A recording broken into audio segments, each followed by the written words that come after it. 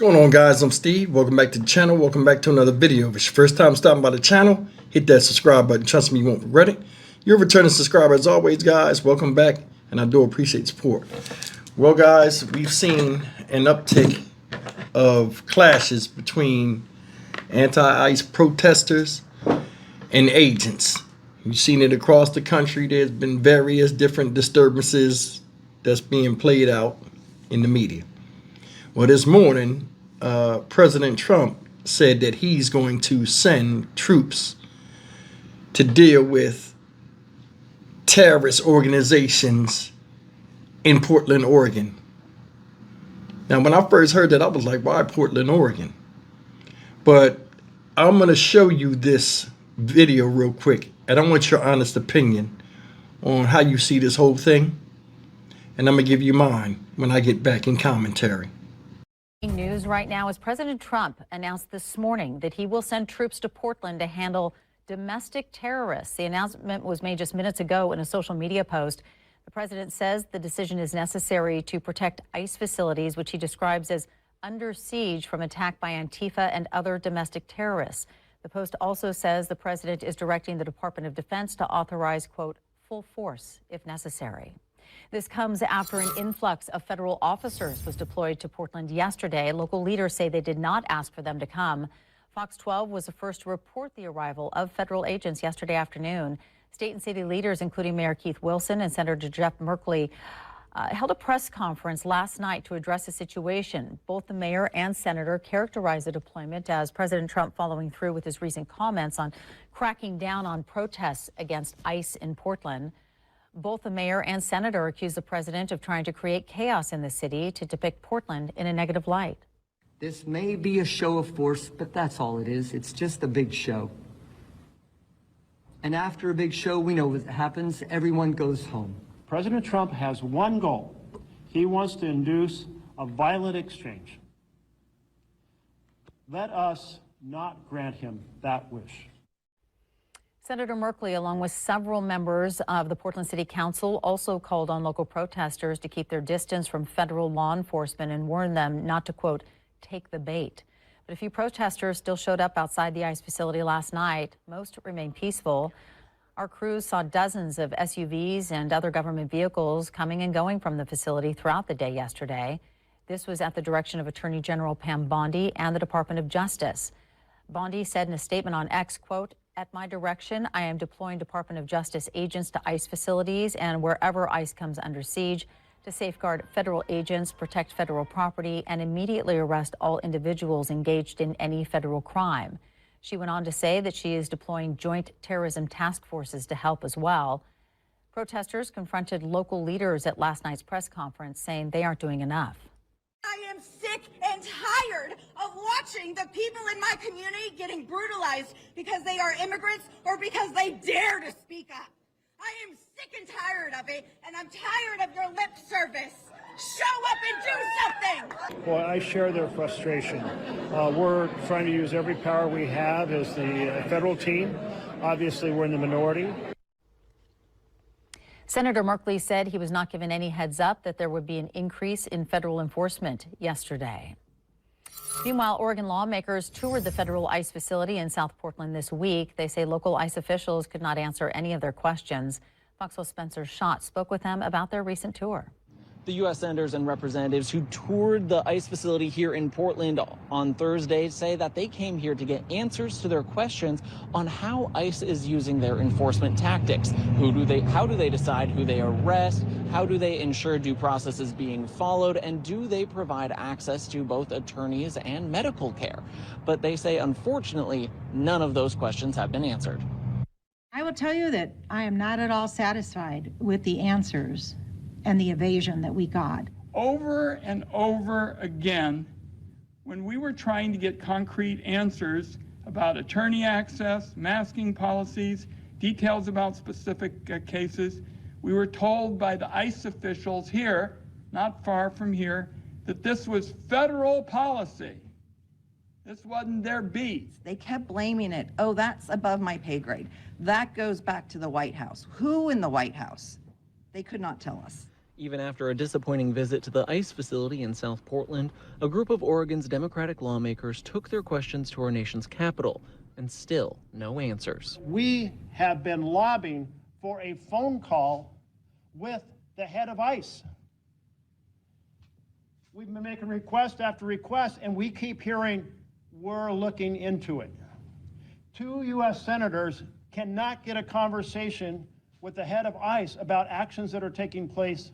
Even without answers, they say they are taking action. Senator Wyden has introduced a bill to the Senate that would limit the use of face masks by federal officers. And Senator Merkley is sponsoring a bill that would require law enforcement officers and vehicles to be marked. But recent comments made by President Donald Trump are raising new concerns. But take a look at Portland sometime. These are wild, these are crazy people. And they're trying to burn down buildings, including federal buildings. But we're going to get out there, and we're going to do a pretty big number of those people in Portland. Portland does not need the military. We do not want them. We do not need them. We do not welcome them to come here under his orders. Okay, guys, you just seen that, and I want to, in the comment section, I want your honest opinion of how you look at this whole thing. You know, as far as like people with the anti-ICE protesters and just this whole thing in general. I'm gonna give you mine, and I'm probably gonna hurt some people's feelings, but I'm just from the outside looking in like everybody else. This is what I believe. It's a big difference between protesting and antagonizing people. Now, there are peaceful protesters out there, and they have their own agendas of why they feel as though this is wrong.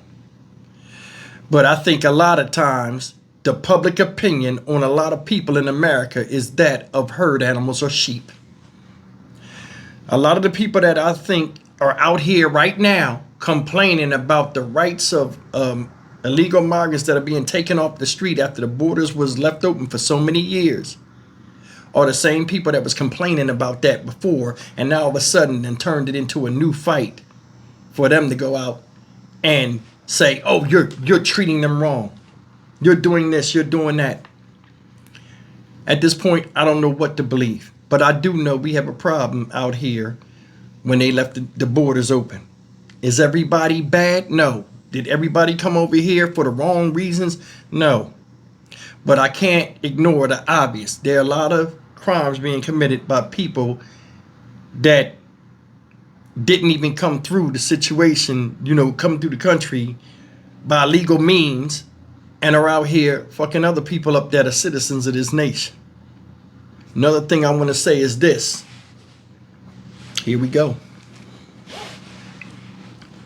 Regardless of how you feel about Trump, and everybody has their opinion,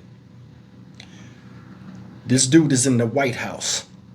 And a lot of people better be careful about jumping in these federal agents that he's sending to go do stuff, because I told you before, if you look, in fact, I want to show you this quote I seen this morning that was telling. Before I even tell you what I'm about to tell you, look at this quote he said this morning. Check this out and pay close attention. Listen to it. It goes along with what I said about the whole Charlie Kirk thing and the martyrism and them using him as a rallying cry to control Trump's agendas out here. Look. Let's read it. It says, at the request of Secretary of Homeland Security Kristi Noem, I am directing Secretary of War Pete Hegseth to provide all necessary troops to protect war-ravaged Portland and any of our ICE facilities under siege from attack by Antifa and other domestic terrorists. I'm also authorizing full force if necessary. Thank you for your attention to this matter. This just coming out on Truth Social moments ago. Now, since the assassination of Charlie Kirk, President Trump has escalated his efforts to confront what he calls the, quote, radical left, which he blames for the country's problems with political violence. Earlier in September, President Trump had described living in Portland as, quote, like living in hell, and said he was considering sending in federal troops, as he has recently threatened to do, to combat crime in other cities, including Chicago and Baltimore. He deployed the National Guard to Los Angeles over the summer and as part of his law enforcement takeover in the District of Columbia.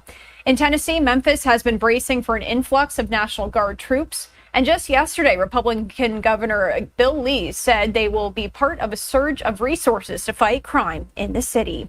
Did you hear that? Did I call it or not? I told you. This is how the game is played.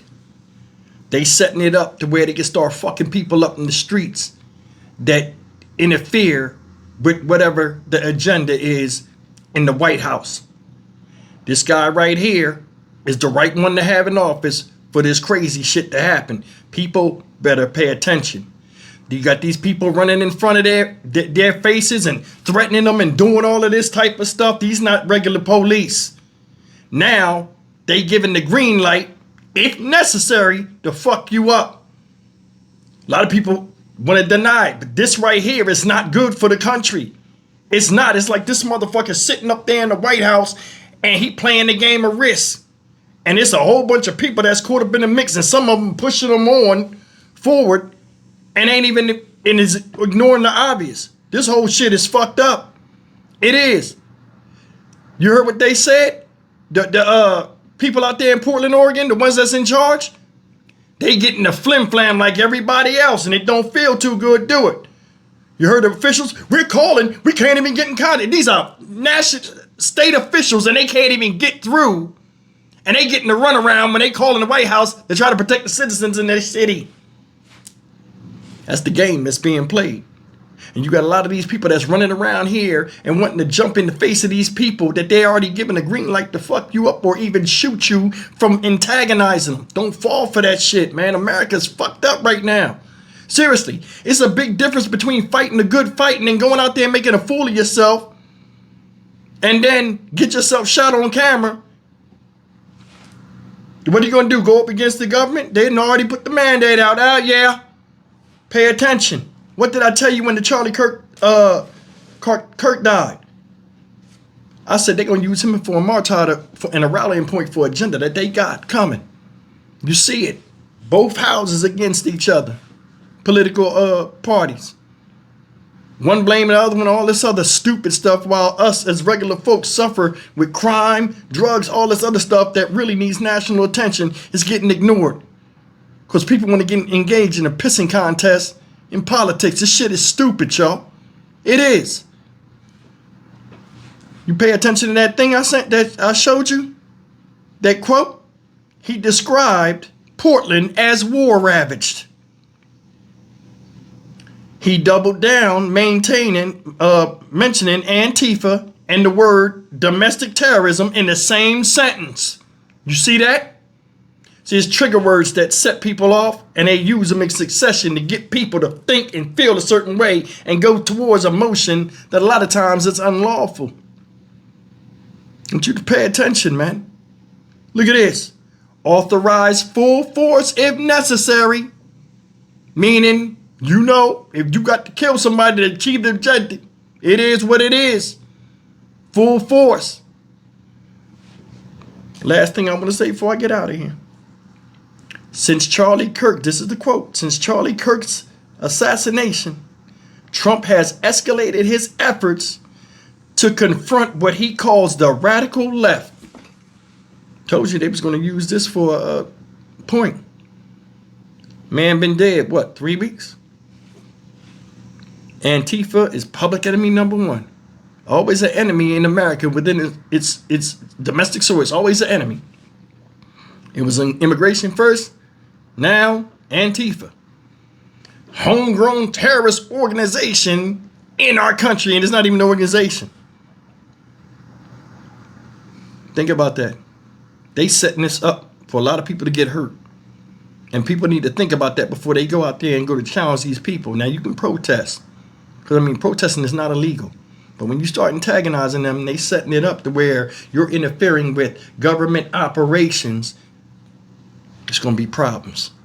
So we'll just stay tuned and check this out. But, man, this is not a good look for any of us. For any of us, for real. And this guy, at a snap of a finger, he'll send a bunch of troops somewhere to a place where you would even think he would send them. I'm Stock Market Steve for the Dynamic Reason channel. As always, like, comment, share, and subscribe. You know, regardless of who's the president or not, it's certain ways to handle things in the country.